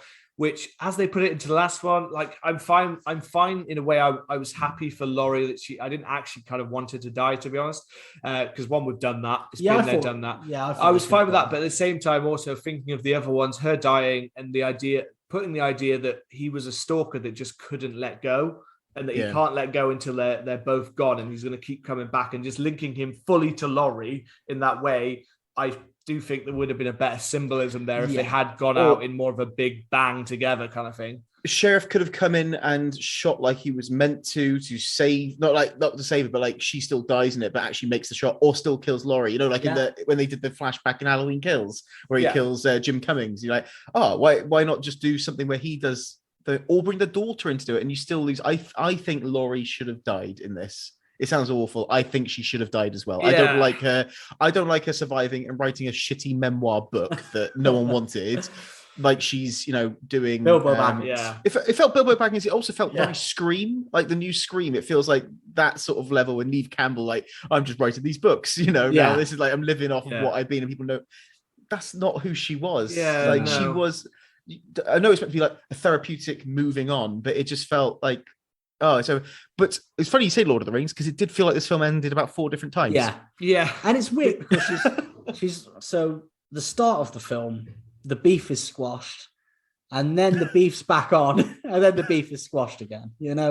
Yeah, I mean, it should have maybe started with still hunting, and then some kind of therapeutic relief instead of, oh no, I'm over it, I'm writing a book. But it's another one of these, and I this is one thing I actually didn't mind about Jamie Lee Curtis and Laurie's kind of trajectory in one way, because I kind of liked the fact that you could tell throughout the film, and it is something that again just kind of loses way within the film, is it seems like she is someone who is trying so hard to be someone that's okay that she's actually not okay. And you could see that in several scenes, such as when Corey gets beaten up and she pulls out the blade, and it's like, yeah, she's still in there, the same old Laurie.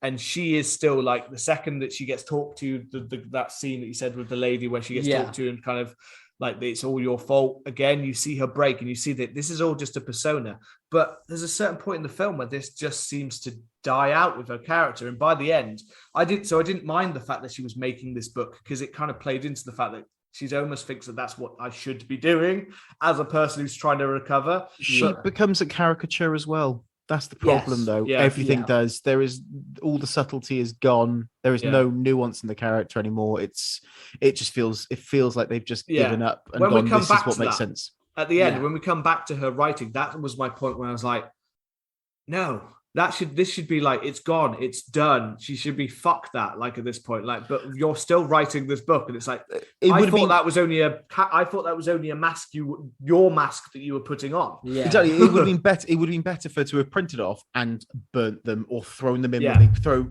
Michael in the weird mechanical crusher. It was clearly a dummy. Like they could have thrown the paper in with that, and it's like, it's her cleansing, like, I'm done with this, I don't need anymore, I'm over, And it would have linked much more back to the 2018 version of her and what we originally had, and being like, actually, I've been trying this whole time just to fake the fact that I'm okay, and now actually I can let go because he is dead, he is gone. I can finally be like, fuck it, I can finally be the person that everyone's trying to be telling me that I shouldn't be. And I haven't got half my family left to tell me that anymore anyway. So and then she sails off with the elves to the undying land, And so again, so that's why I have mixed things, because I didn't mind, because linking back to the whole community thing and the trauma that we'd had and that had been built up, because I think that actually works nicely, but it would have worked better in a slightly different film. But the whole parade down the street, I didn't have that much of a problem by showing the whole community that he's dead. I thought that was, and I understood why the sheriff and stuff were like, yeah, after everything he did in Halloween Kills, fuck this guy, we're going to do it. Parts of me, I kept expecting them to suddenly light him on fire through the streets. And then I was like, at first I thought that's what they were doing. They were strapping him to burn him in front of the house. And then I realized that it's on top of the car that they're inside. I was like, you can't burn him on that. Like, I get it doing a ceremonial, like, let's kill this guy, but what did the place have as a reference to Michael? It had nothing to do with Michael. It was just Corey worked there. Like, why are we going back to that place? Like, why are we going there? Surely there are other places you could have done this that would have been a bit more fitting, even at the front of the hospital, for example. Like, it sounds stupid, but you could have done something there. Yeah, but because I liked the fact that we saw some of the characters return and the people that were all there. Like the boy that was being babysit was there. Yeah. I like the little him coming back, but a lot taller. Like, I'm a boy now. But again, I've grown up. I'm the big boy now. The opportunity of the fact that not only in the last one in Halloween Kills, but all the way back to the original, that the night he comes home, how did they miss the opportunity that they could have established earlier in the film that his house is once again basically a rundown piece of shit? Let's take him home and now let's burn him. It's been demolished. Let's destroy him in front of it and let's put an end to all of this. Well, the house has already been town and community comes together to literally watch everything go down. But they could have not demolished it, couldn't they? That was the thing. Like, if they hadn't destroyed it, they just put him in there, and it's this sort of, let's get rid of this memorial to evil that once plagued our place. Yeah. Let's pretend it's Fred West's house. Let's just destroy this. Let's just get rid of this place. I understand the shredder because everyone would be like, well, you've already tried to burn him and you've already tried to do this. We need to do something that we can't come back from. Although who else had a sudden feeling that Michael was going to suddenly come back alive and pull her in? I thought he was. I was like, that's too dark. They wouldn't have done it. But I was sat there going, it would have been a sudden bit of a, oh shit. Yeah, it would have been a bit of an oh shit. It felt Friday the 13th-y, didn't it? I don't know what it was. Something about it felt very Friday the 13th, throwing him in that shredder. And I don't know why. Well, and I was like, she was stood there next to him. Because I was like, why is Laurie instead? Because at first I couldn't. I thought she was going to climb into it. I literally, at first, I saw the granddaughter there. At first, I was like, wait, why is she standing on top of it with his body? And why is the granddaughter pulling it down? Is she like, this ends with both of us. We're going shredding together. Like, her last line is, I love you, brother. And everyone's like, wait, I thought they got rid of this line. I don't know. And then she winks at the camera. Just for David Gordan Green to finally go, fuck it all. I changed it and now it's back. literally thumbs up as she's going into the lava. Like, and then so obviously, I know this isn't really the same thing, but we've now watched all of these Halloween films. He's attached now to do the remake of The Exorcist. How confident are you guys? Well, not only that, but The Exorcist is going to be a trilogy. Yeah, they're already talking about a trilogy. Yeah. I'm not that confident. I don't think it needs to be remade. No. The Exorcist, having recently watched the sequels, so Exorcist 2 and Exorcist 3. There's always a big cult classic figure around Exorcist 3, and I thought it was awful. I thought it was terrible.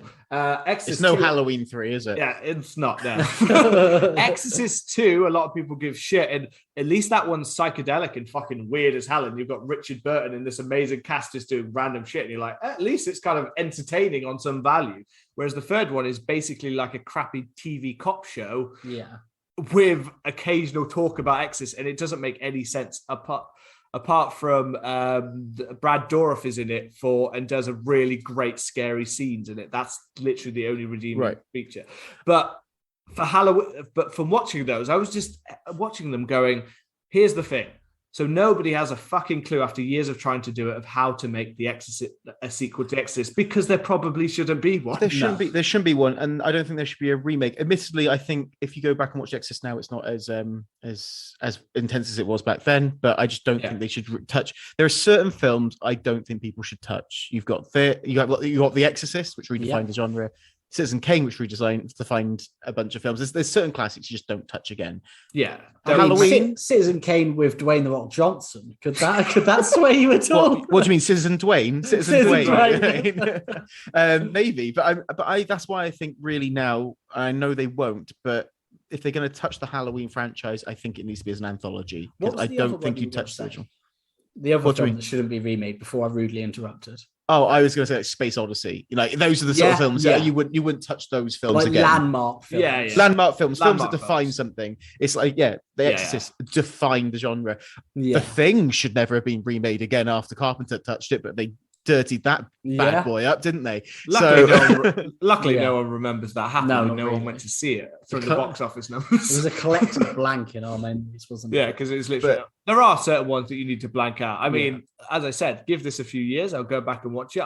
The wounds of Halloween Ends might have healed. I mean, because there are even things now, watching it back again with Halloween Kills, there were certain things that I nitpicked about that one, but that was nitpicks, I think, compared to gaping holes. But nitpicks that were there that I went back and watched it and went, you know what, at the end of the day, apart from Evil Dies Tonight and apart from one scene where they kill the mentally unstable guy and they give him a really gratuitous and over-the-top violent death that does not need to be shown, those are my only two major flaws. The rest of it, I was like, yeah, there are going to be flaws. You don't have a slasher film without logic flaws of some kind in some parts. You can't have a slasher. You can't have a horror film without logic flaws. If you had a real logical horror, it's over in about 5 minutes. The closest you got to a logical horror is maybe Seven, where it's just like this thing has been meticulously thought out, but it's not. Yeah. Or Saw 1. Saw 1. Logic, it all works. It's all old school. It all works. Apart from one thing, how was he asleep in a bath full of water? Wait, how doesn't he drown? No, it's not full of water. He's on the ground. It is at first. Adam's in a bathtub. Yeah, he's in a bathtub. Adam. I thought you were about Lawrence on the ground. But Adam is, because when he wakes up, he pulls the plunger out. And then that causes the key to go down the plug. Yeah, down the drain. You can sleep in water. Yeah. I don't know what the argument is here. Well, my thing is, I haven't seen it for about 10 years. But how much water is in there? I think it's a very weird hill to die on. Yeah, I was going to say, you can't sleep when there's water around. I'm not saying you can't sleep when there's water around. But the general advice is don't sleep in a bath, No. I mean... all I would say right now in my mind, Rob, is from the film we've just watched, for that to be the one that you're like, but I'm going to go for Saw because of the bathtub. No, that was my fault. I brought up Saw because I thought it was logic. Yeah. Can I ask you one question left about Halloween? Because I know we've been talking about this film for ages, and people are like, God, these guys need to wrap it up at some point. But fuck them. You can turn it off whenever you want. It's not my podcast. Before you turn it off. The question I have is, what is your now preferred series of Halloween films? Because obviously there are different areas. It's like 1 and 2 is a collective of Halloween films, like it's a series. There's now 1, 2 and H20. There is 1 to like all these. What would you say, is this your preferred version now? 1 to Halloween Ends? Can I say the original to Halloween Kills and say that Halloween Kills just him staring at the window? That was the end. Yeah, that's kind of what I want to say. That would probably be my preferred, because going back and watching, say, H2O and things like that, although I love it, I made a fantastic game out of it. Yeah. I like the fact you're claiming full credit for it when I'm sat right here. Yeah, the only other person who could dispute it. I was going to say it's mine. I preferred the horror film, so I'm going to say I did that. Yeah, no. Well, you can't just have H2O because you get Resurrection after. So Resurrection is it's just one of those ones where I just go, nah, fuck. But I think, but H2O again, H2O wasn't planned to have a sequel. The studio went, it made money. We're gonna, and we've got Jamie Lee Curtis into a contract for another film at our studio, so we're gonna force her to make another film. So that's what that was. So that was H2O. So Halloween 2 and H2O is a good little trilogy if you cut around that instead. But again, when I did go back and watch H2O, I do think that 2018 was a better film than H2O. Definitely. I for me, I wish it stopped at Halloween 2018. That would be my ideal Halloween than Halloween 2018. They burnt him and didn't make burn a him, and sequel. that's it. That's my ideal collection of them. And then you put Season of the Witch in between, because I think it's a great film and it's underrated for no good reason. Tom Atkins hanged on. Yeah, he hangs on. Tom Atkins is a He sex fucks- machine. he He fucks bangs a the girl robot. that's like, I swear, more than half of his age. Yeah. Oh, the robot. Yeah, you're right. The only person who hangs down more than that is James Woods in any film that he's in. Oh, there you go. I haven't seen Vampires. Is there a dong? I don't know if it is a dong, but he There might as isn't. well. No, but yeah, no, I don't know. I mean, to me, to be honest, I think 2018 is a great film, and I'm not going to say shit about the original. Original is pretty much my favorite horror film. And again, what you said, like The Thing is also a close one as well. But Halloween to me is just, the original is so perfect. There was no way to recreate it. And but with the first one, David Gordon Green, he didn't recreate it. He had nice homage, but he actually came up with an interesting way to show trauma in a film. And he took it in a really interesting direction. And by the end of that film, it would have been perfectly fine for it to end. I can't say that I necessarily would be happy to be God of Kills, because I've watched Kills. I watched it, and then me and Charlotte watched it again. So I've watched it twice this month, and I enjoyed it both times. I had loads of fun. Kills, if you'd asked me a week ago, I would definitely never included it because I didn't really enjoy it. Watching it again this week, it may make it into the ending of that sort of ideal for me. This film would not be in it. No. I think I would rather have up to H2O with that than up to the end of this one, is the way I'd look at it. I think I'd rather have Resurrection than this one. That's the line I would draw. At this point in time, I think that most of the sequels I probably had more enjoyment, more fun with, because, and again, it might not have been a fun film the way that we've talked about the better ways it could be, which we've said several times now, so I'm not going to repeat again. But the better ways that we said. What you're saying, you only masterbate for so long on podcasts, is it? We can only milk our own teats. Again,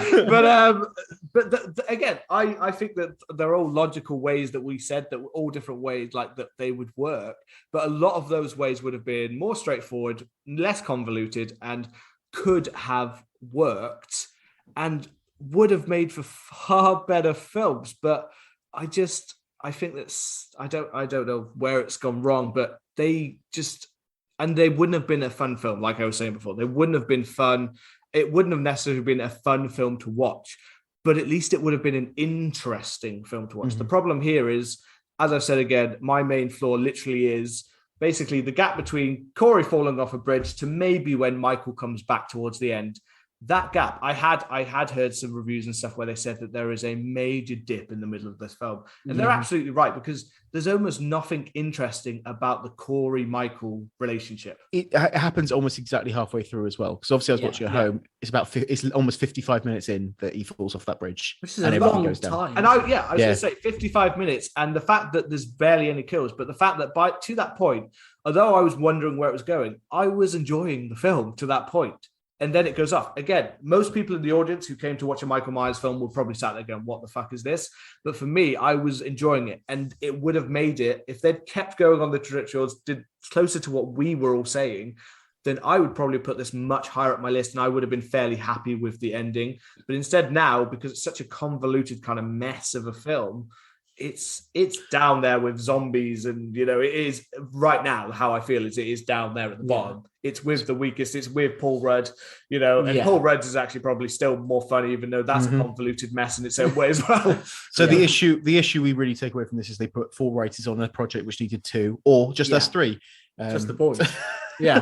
So we're all available for hiring if you want us to improve your horror film next time. David Gordon Green, if you listen to all of this stuff, crying to yourself about what we're saying about your film, I don't know how I'd do it, but I'm sure we could come up with a better Exorcist film than you've got a script for. We can write 3 Exorcist films. Unless your Exorcist film is like 2018 and you're that solid on the idea, in which case, forget the sequels and stick with the first one. Just make one. Don't make 3. Don't plan to make film 3 just to cash in on it. Yeah. Quit while you're ahead.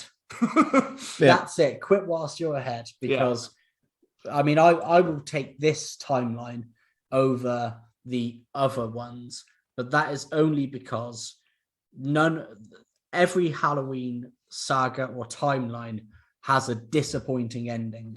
Yep. And I think this is the best of the disappointing bunch. I think Yeah. I would. It's a sad thing to admit. Yeah. Probably. I mean, unless you're counting for me, I guess at the same time though, if I'm counting in my head that H2O was actually the end, then the lopping off of the head was a better final battle that they had in that film than they had here. Because that was a more emotional kind of. It has an emotional moment that actually was like, okay, and then she suddenly whacked his head off. That was one of those like key scenes that made it better. So if I'm saying that, then I'm saying that that's the better trilogy and a better ending. Well, that's what I wanted to hear. This isn't. Well, yeah, I just think this is of all these ending films in the sagas, this is the freshest shit sandwich. And I'd rather have a fresh shit sandwich than a day old one if I have to eat. I think you're wrong there. I don't want it hot. I'd rather it cold. I'd rather a cold, solid one that I can almost just like choke down without thinking. The dog bin. To go on this tangent, I don't want that warm smell wafting up my nose. I'll be gagging on that warm. Oh, you don't say gagging on that warm, please. Oh God, yeah. Too many gaping holes and gagging. Oh God, thanks guys. What a lovely way to sort of bring it all to a close. Talk about eating shit sandwiches. Well, what better way to kind of wrap up this film? I don't know where we've touched on. There are obviously parts that like that, but they're not worth talking about. We've talked about this. We've talked about those parts. We've talked about the fact that David Gordon Green made two far superior, and I can't say that David Gordon Green, like there will be lots of people now that will go out and say David Gordon Green was terrible for this franchise and things like that, which I do not think is true. No. I think he made two solid films. I don't know what happened with this. I don't know where their brain went with parts of this film.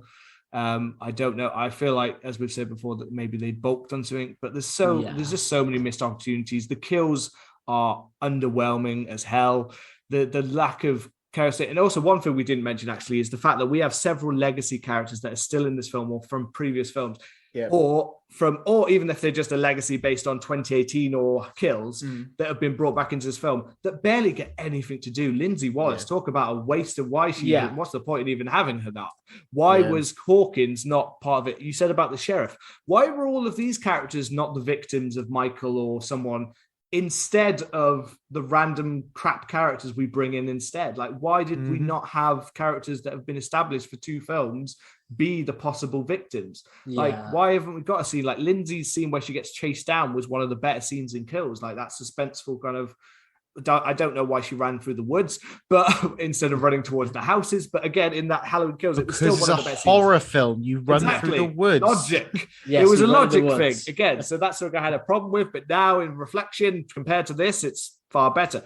But all of those characters that were just sitting there, like, oh, I guess maybe we'll include them. Maybe they'll be there. It was like a forgotten footnote. It was almost.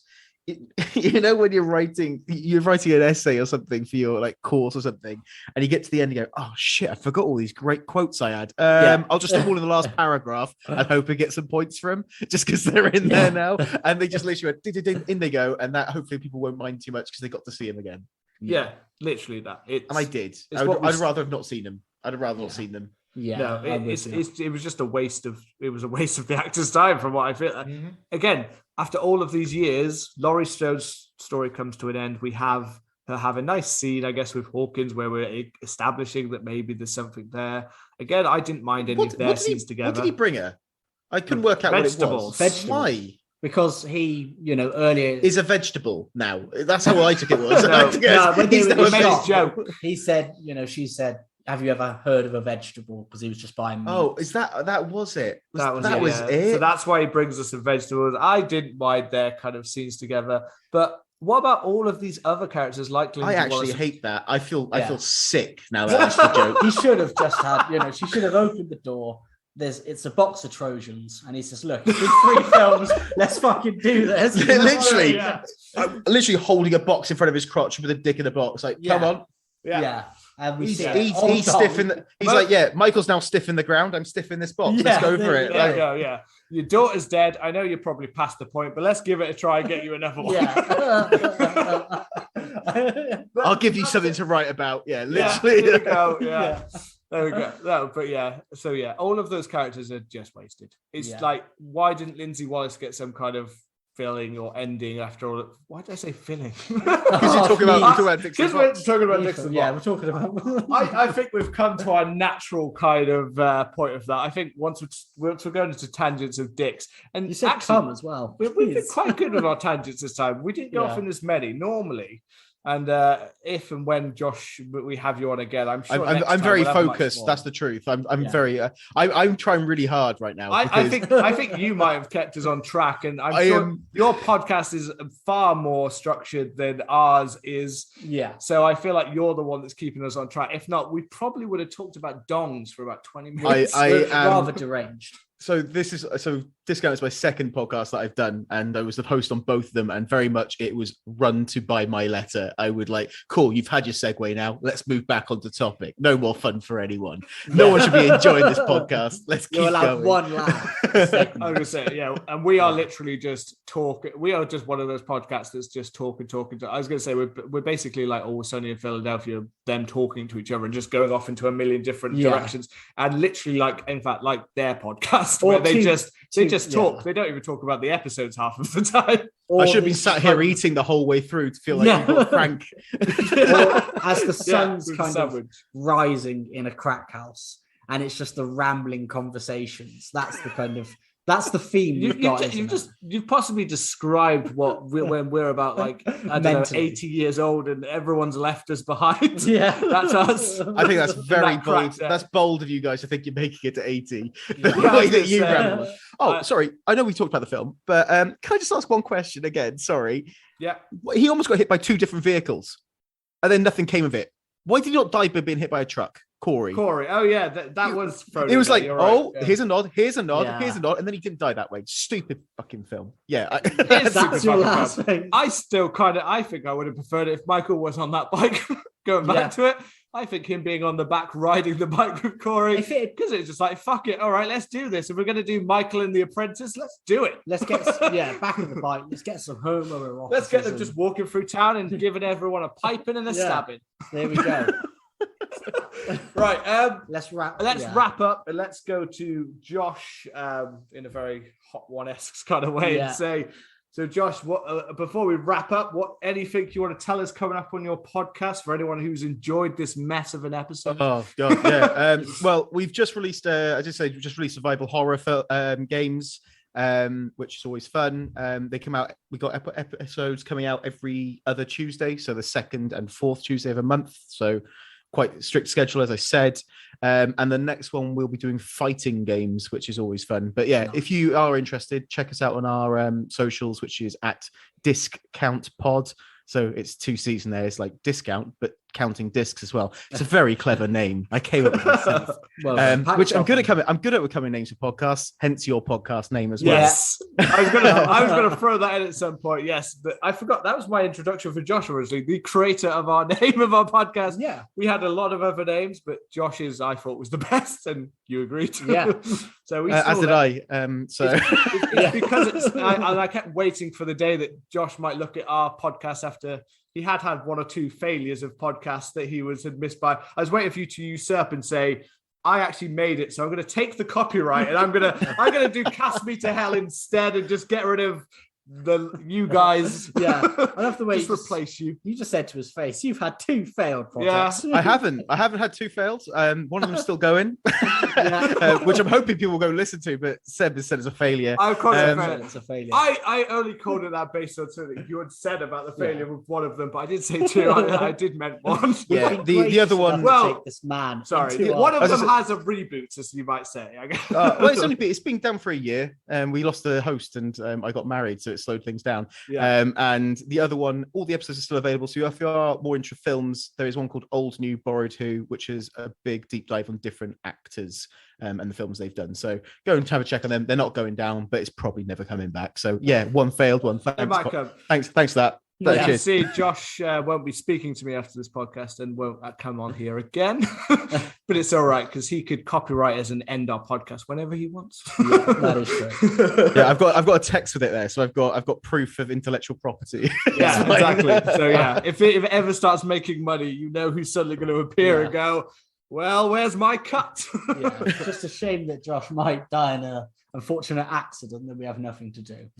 Don't make a joke. I might fall off a bridge and then suddenly become very evil. Oh, that is true. There are many things. I mean, my dog Mia has left him with a permanent scar across his finger. So, there may be some Cujo menace that might appear in that body. Frothing. I am frothing. No more. To be fair, we've talked about the love of our pets. I've already thought in my head that when Mia goes, that I'll probably take that finger back as a memorial. Okay, right. Rob, you need to give us the spiel, sell our product at the end. Well, thank you for coming on the show, Josh. Unfortunately, the film that we spoke about today wasn't quite up to the usual standard, but we're glad you joined us. If you've enjoyed the podcast was, though. The podcast always is. So if you've enjoyed the show, hit the subscribe button so you can get the episodes as soon as they're released. And if you could leave us a lovely review, that always helps. And we will see you shortly.